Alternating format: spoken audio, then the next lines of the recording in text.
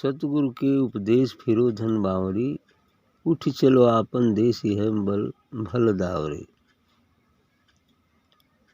अर्थात जैसा सतगुरु कहता है, साखी है सब, जैसा सतगुरु कहता है, जैसा उपदेश करता है, जो रास्ता बताता है, सतगुरु के उपदेश फिरो धन बावरी, उसी के अनुसार चलो, उसी के अनुसार व्यवहार करो, उसी के अनुसार जो है जीवन यापन करो, यही सबसे भला रास्ता है। उठ चलो आपन देश ही है भल दावरी, क्योंकि उसके उपदेश के अनुसार हम अपने देश जा सकते। यह भल दावरी, यही सबसे बड़ा भला अच्छा मार्ग है। गुरु फेरे तैसे फिरे, त्यागे अपनी ठौर। जैसा गुरु कहता है वैसे ही करो, अपना उसमें विचार मत लगाओ। यदि अपना विचार लगाओगे तो फंस जाओगे, कहीं न कहीं गड़बड़ हो जाएगा। क्योंकि गुरु देख कर कहता है, हम एक अंदाज एक आशा की बस करते हैं। गुरु देख कर कहता है कि क्या होना है, क्या उचित है, क्या अनुचित है, इस पर विचार करके कहता है। तो इसलिए कहते हैं कि उठो चलो आपन देश यह भल दावरी। हम यही सबसे अच्छा रास्ता है कि उसके उपदेश पर चलकर हम अपने देश पहुंच जाए। हम कह दिया है सनेश तुम्हारे पियो का, बिनु समझे नहीं काज आपने जीव का। अर्थात उनके कहने का मतलब है कि हमने जो सद्गुरु का संदेश था उसे बता दिया है। हम कह दिया सनेश तुम्हारे पियो का, जो सबका प्रीतम है, जो हमारा प्रीतम है, जो सबका प्रीतम है, उसका संदेश हम कह दिए। जीवात्मा कहते हैं कि तुम्हारे प्रीतम, तुम्हारे पियो का संदेश हमने कह दिया कि तुम किस प्रकार से उससे मिल पाओगे। इस जीव रूपी स्त्री को कह रहे हैं, कैसे मिल पाओगे उसका संदेश हमने कह दिया। बिन समझे नहीं काज आपने जीव का, कहते उसे बिना समझे इस जीव का कल्याण नहीं हो सकता। उस मार्ग पर बिना चले, उसे बिना समझे इस जीव का कल्याण नहीं हो सकता। जीवत्व को त्याग कर ईश्वरत्व नहीं प्राप्त कर सकता। अर्थात यह जीव रूपी स्त्री बगैर उस मार्ग पर चले परमात्मा रूपी प्रीतम से नहीं मिल पाएगी। जुगन जुगन हम आई, कहा समुझाई के, बिन समझे धन परिहं काल मुख जाए के। कर जुगों जुगों में मैं आता हूँ, जुगों जुगों में संत पीर पैगंबर आता है। तो कहते हैं रहता है जुगन जुगन हम आई के, कहा समझाई के, और सभी बातें उस प्रीतम के बारे में समझा कर कहा, लेकिन बिन समझे धनी परिहं काल मुख जाए के। तो यह धनी अर्थात यह जीव रूपी स्त्री बिना समझे ये काल के मुख में ही पड़ेगी। कह रहे हैं कि बिन समझे धनी परिहं काल मुख जाए के, बिना इसे समझे धनी अर्थात ये जीव रूपी स्त्री काल के मुख में ही पड़ेगी। काम क्रोध मदलोभ छाण सब दुंदरे, काम क्रोध मदलोभ छाण सब दुंदरे, का सोवे दिन रैन बिरहनी जागुरे। अच्छी बात कहा है इन्होंने कि यह जीव सोया हुआ है जन्म जन्मांतर से, अनंत काल से, सृष्टि के आदि सृष्टि के प्रथम से ही यह जीवात्मा सोई हुई है। इसलिए कह रहे हैं कि बिन काम क्रोध मदलोभ छाण सब दुंदरे। आगे कहते हैं कि ये काम क्रोध लोभ मोह मद मत्सर जो विकार है, जो यहाँ द्वंद्व है संसार में, सुख दुख हानि लाभ जीवन मरण, ये सभी जो द्वंद्व है इसे छोड़ दो। काम क्रोध लोभ को छोड़ दो। छोड़ना नहीं बल्कि ऐसी साधना करो, ऐसा ध्यान करो कि ये सब छूट जाए, उसकी वास्तविकता समझ में आ जाए। क्योंकि इस तरह छोड़े तो फिर पकड़ा जा सकता है, लेकिन यदि समझकर छोड़ दिया जाए तो कभी नहीं पकड़ा जाएगा। तो इसलिए ये समझ कब से आएगी, जब हम साधना ध्यान सत्संग करेंगे और सत्य के मार्ग पर चलेंगे, तो धीरे धीरे ये सब समझ में आ जाएगा और स्वयं उससे घृणा हो जाएगी और वो छूट जाएगा। और जो छोड़ते हैं वो तो पकड़ लेते हैं, वो तो बलात् छोड़ते हैं, बलपूर्वक छोड़ते हैं कि गुरुजी कहें तो छोड़ देते हैं। अब छोड़ तो दिए लेकिन मन से तो याद रहती ही है, इसलिए वो पकड़ लेते हैं, क्योंकि समझे नहीं, छोड़ दिए। छोड़ दिए तो फिर पकड़ लेंगे, जो छोड़ता है वो पकड़ लेता है, और जब छूट जाता है तो फिर नहीं पकड़ाता है। छूटेगा उस स्थिति में जब उसे समझ लिया जाए तो छूट जाएगा। तो कह रहे हैं कि द्वंद्व को तो मिटा दो, का सोवे दिन रैन विरहनी जागो। इसलिए जीवात्मा को कहते हैं कि ये विरहनी तुम क्यों रात दिन सोए हुए हो, अरे उठो जागो, उत्तिष्ठ जागृत प्राप्त वरानि बोधत। उठो जागो और जो अति श्रेष्ठ है, जो तुम्हारा प्रीतम है, उसे प्राप्त करो, ऐसा कहते। सब सोया हुआ, सोने का कारण है स्वप्न देखना, और स्वप्न किस चीज़ का, काम क्रोध लोभ मोह मद और मत्सर का स्वप्न देखना। ये स्वप्न सोने में सहायक होता है, इस जीव के सोने में भी यह स्वप्न सहायक होता है। जैसे कोई इंसान सोता है तो जो स्वप्न आते हैं वो उसी में रमे रमे और सोए ही रहता है ना, चाहे स्वप्न अच्छे हों या बुरे हों, लेकिन उसमें सोया है। उसी तरह से संसार का स्वप्न यदि हमारी आंखों में सजा हुआ है, लोभ का स्वप्न सजा हुआ है, तब हम सोए हुए। यदि जागकर विचार करते हैं, ये सब चीज़ें देखते हैं, तो उसकी वास्तविकता को समझकर कर्तव्य के अनुसार धर्मानुकूल उसका उपयोग करते हैं, तो वो जगह में ही उपयोग करते हैं, हम सोए नहीं हैं। होश पूर्वक उसका उपयोग करते हैं, हम सोए नहीं हैं। ये स्थिति हो जाती है, ये उचित स्थिति है।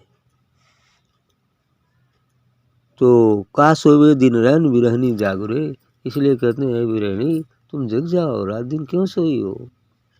सबको त्याग कर विचार से ही, मन से ही, और उस अपने प्रीतम का साक्षात्कार करो। भव सागर की आस छाड़ो सब फंदरे, करे भव सागर की आस छाड़ सब फंदरे। इस भवसागर की, इस संसार की जो भी आशा है, सब एक फंदा है, एक बंधन है जो तुम्हें फंसाए हुए है।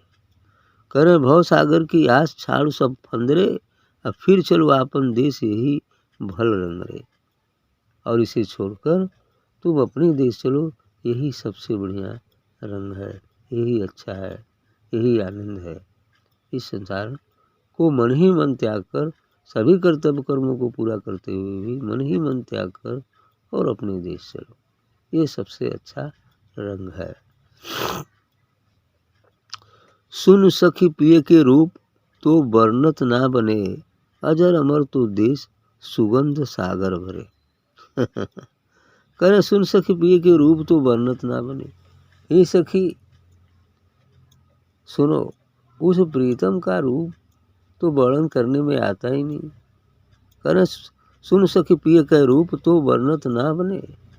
उस प्रीतम, उस सदगुरु व परमात्मा का जो रूप है, तो रूप तो है ही नहीं, वो अरूप है। हालांकि सब रूप उसी के हैं, लेकिन वह अरूप है। वह अरूप है, लेकिन फिर भी उसका वर्णन करने में नहीं आता, क्योंकि वह वर्णातीत है, वह बुद्धि से परे है, बुद्धि उसे नहीं पकड़ सकती।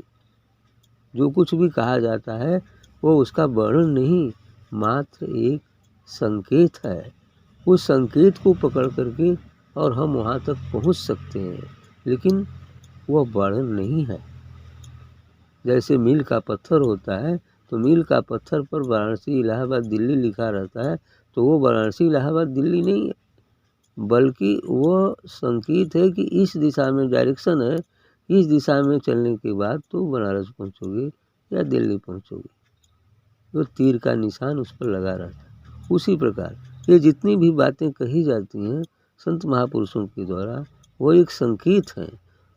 तो शब्द तो लोग पकड़ लेते हैं, लेकिन संकेत को नहीं पकड़ते कि वो कहना क्या चाहते हैं। और यदि वो संकेत को पकड़ लें तो दिल्ली मथुरा पहुंच सकते हैं, है कि नहीं। मुख्य चीज़ यही है। तो ये जो भी बात साहब ने भी कहा है, ये एक संकेत है, लेकिन इस संकेत का अर्थ समझकर, इसके इशारे को समझकर यदि हम इस मार्ग पर चलते हैं तो प्रीतम से मिल सकते हैं। ठीक। तो कहते हैं कि वो वर्णन में तो आता नहीं, वर्णनातीत है, लेकिन कह रहे कि अजर अमर तो देश सुगंध सागर भरे का वह देश अजर अमर है, जो कभी जल नहीं सकता, उसका कभी नाश नहीं हो सकता है, वो अजर अमर है।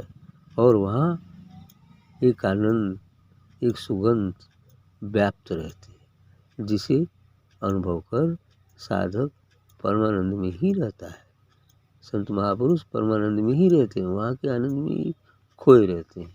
हालांकि यहाँ की भी लौट कर कुछ देख रेख कर लेते हैं, लेकिन विशेषता यही है, विशेष स्थिति यही है कि वो वहाँ खोए रहते हैं, उसी आनंद में लीन रहते। फूलन से संवार पुरुष बैठे जहाँ, ढूरा अग्र के चवर हंस राजे अच्छी बात है। आगे उपमा दे रहे हैं कि जैसे फूलों की सेज लगी हो, उस पर सद्गुरु बैठा हो, उन फूलों की सुगंध का आनंद भी मिल रहा है वहाँ। और इतनी नहीं, कह रहे हैं कि धुरे अग्र के चवर हंस राजे जहाँ, और आगे वहाँ हंसजन जो उपस्थित है उसको चवर भी डुलाते रहते हैं।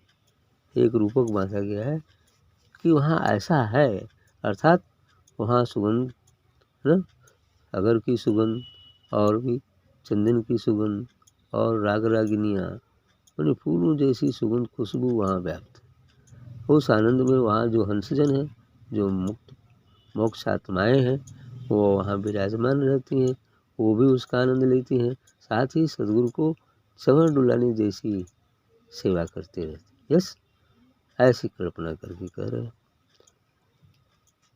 तो बैठे जहाँ धुरे अग्र के चवर कै चवर हंस राजे जहाँ, है ना, चवर डुलते रहता है और हंसजन अर्थात संतजन वहाँ निवास करते हैं। जिनका कहे है ना, बिन पावन का पंथ है, बिन बस्ती का देश, बिना पिंड का पुरुष है, कहत कबीर सनेश। वो बिन पाँवों का पंथ है, वो पानी जैसा नहीं है, पाँव से चलकर नहीं जा सकता।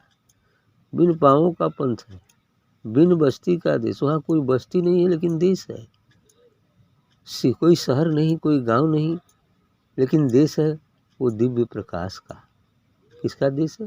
दिव्य प्रकाश का है। बिन बस्ती का देश, बिना पिंड का पुरुष है, कोई पिंड नहीं है।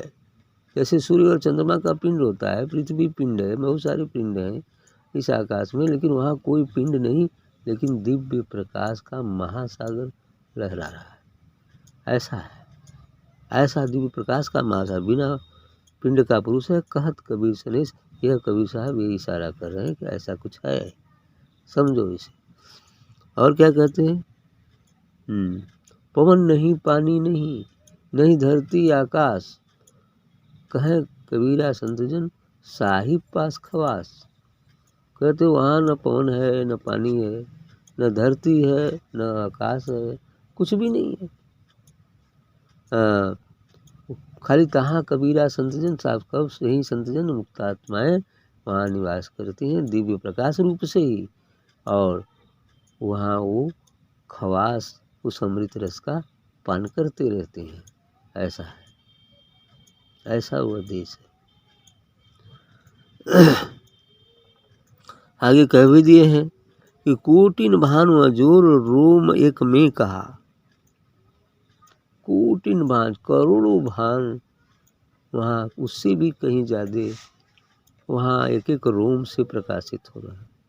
करें कि कोटिन भान अजोर रोम एक में कहा, एक रोम में करोड़ों भान का प्रकाश है, ऐसी बात कर रहे हैं। यानी वहाँ करोड़ों करोड़ों सूर्यों का प्रकाश, इतना दिव्यमान है वो, दीप्यमान है, इतना तेज है, इतना प्रकाश है।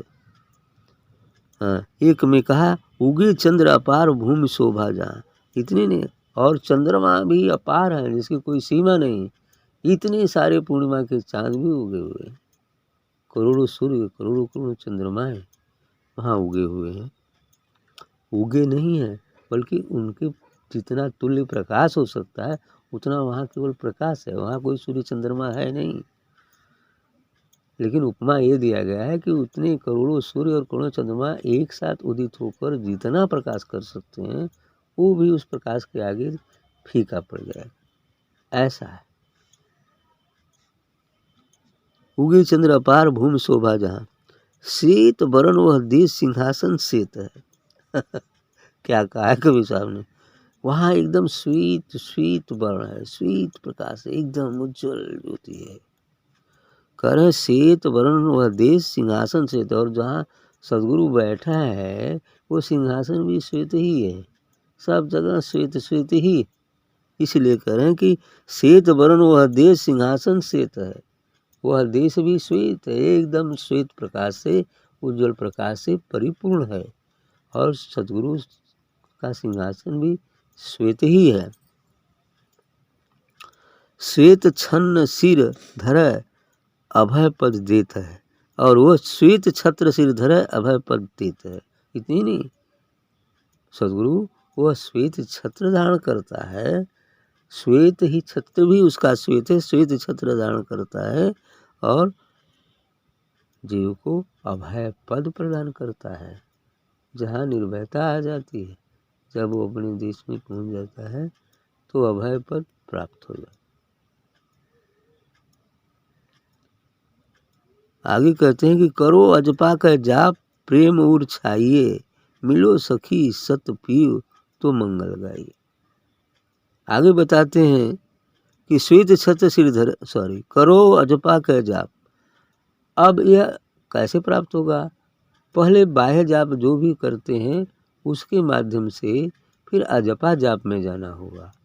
पहले जो हम बाह्य साधना करते हैं, बाहर में सदगुरु को देखते हैं, दिव्य प्रकाश को धारण करते हैं, लेकिन इसी को करते करते करते एक दिन हम अपने निज स्वरूप को जब प्राप्त हो जाएंगे तो वहाँ से अजपा जाप शुरू हो जाता है।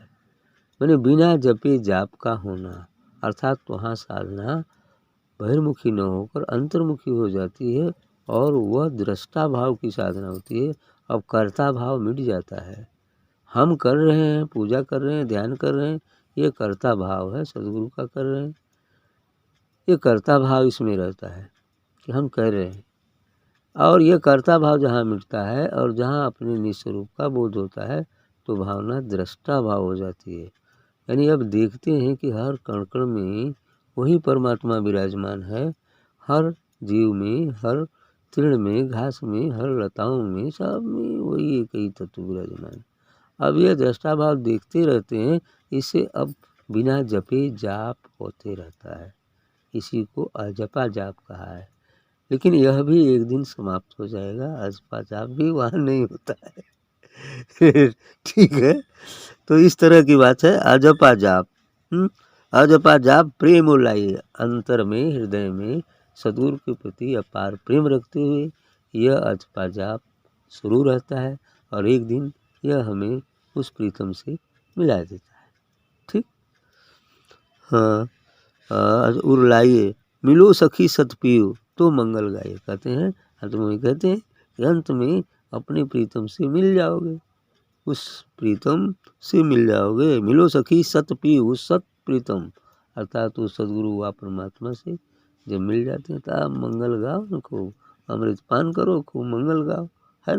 इसलिए कि प्रीतम मिल गया तो खुशी ही खुशी है कि नहीं? ऐसा है। मंगल गाइए, जुगुन जुगुन अहिवात अखंड सो राज है, पियो मिले प्रेमानंद सुनोदर। क्या? पियो मिले प्रेमानंद तो हंस समाज है। वाह, क्या बात कहा है। अब वहाँ से मिलने के बाद क्या है? जुगुन जुगुन अहिवात। अब जुगो जुगो तो तुम अहिवात रहोगी। अहिवात का मतलब प्रीतम के साथ रहोगी। यहाँ क्या हो गया है? विरहणी होके जी रहा है। जीव की स्थिति क्या है? विरहणी की स्थिति है। रोज याद करो, रोज कष्ट भोगो, जागरण करो क्या क्या चीज़ें, वो भी अहिवात भी नहीं, अभी बिरहनी भी नहीं हुई, बिरहनी की अवस्था तो बाद में आती है, अभी तो बेकाम है ना, कुछ भी नहीं है, समझिए नथिंग है, मुर्दा है। क्या है?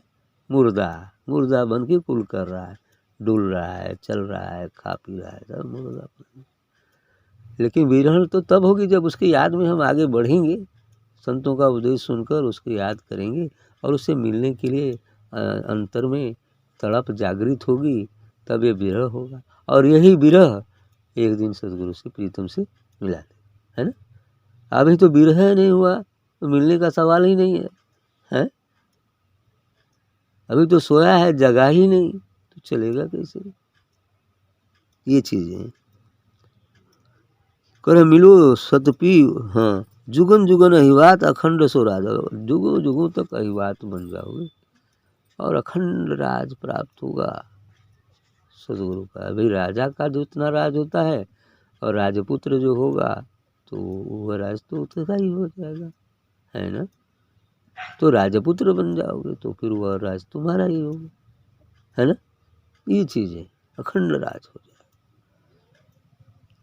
लेकिन उसके आज्ञा के बिना कुछ नहीं करना होता है नहीं तो सजा मिली बवाल हो जाएगा, है ना। अखंड सो राज है, पिय मिले प्रेमानंद तो हंस समाज। अब इस तरह प्रीतम जब मिल जाता है तो प्रेमानंद है, प्रेम का आनंद है और हंस समाज मिल गया, संतों का समाज वहाँ मिल गया। अब उस हंस समाज में, उस परमानंद में मस्त रहते हैं, अखंड राज भी मिल गया है और जुगों जुगों तक अहिवात भी रहेंगे। अब फिर जन्म मरण नहीं होगा, यही अहिवात का होना है, ठीक। 84 से पार चले जाएंगे। तो कहें कबीर पुकार सुनो धर्मदास हो, हंस चले सतलोक पुरुष के पास। अंतिम बात में कबीर साहब कहते हैं कि हे धर्मदास अब तुम सुन लो। कहें कबीर पुकार सुनो धर्मदास, पुकार कर कहते हैं कि हे धर्मदास अब इस बात को सुन लो, समझ लो। हंस चले सतलोक पुरुष के पास। इस स्थिति को प्राप्त होने पर वह जीव सतलोक चला जाता है, अर्थात सचखंड पहुंच जाता है, अर्थात उस नाम उस निर्वाण को प्राप्त हो जाता है और वो पुरुष के पास रहता है। यस, अब वही बात हो गई तो पास ही नहीं रहेगा, है ना। ठीक ठीक, सतगुरु।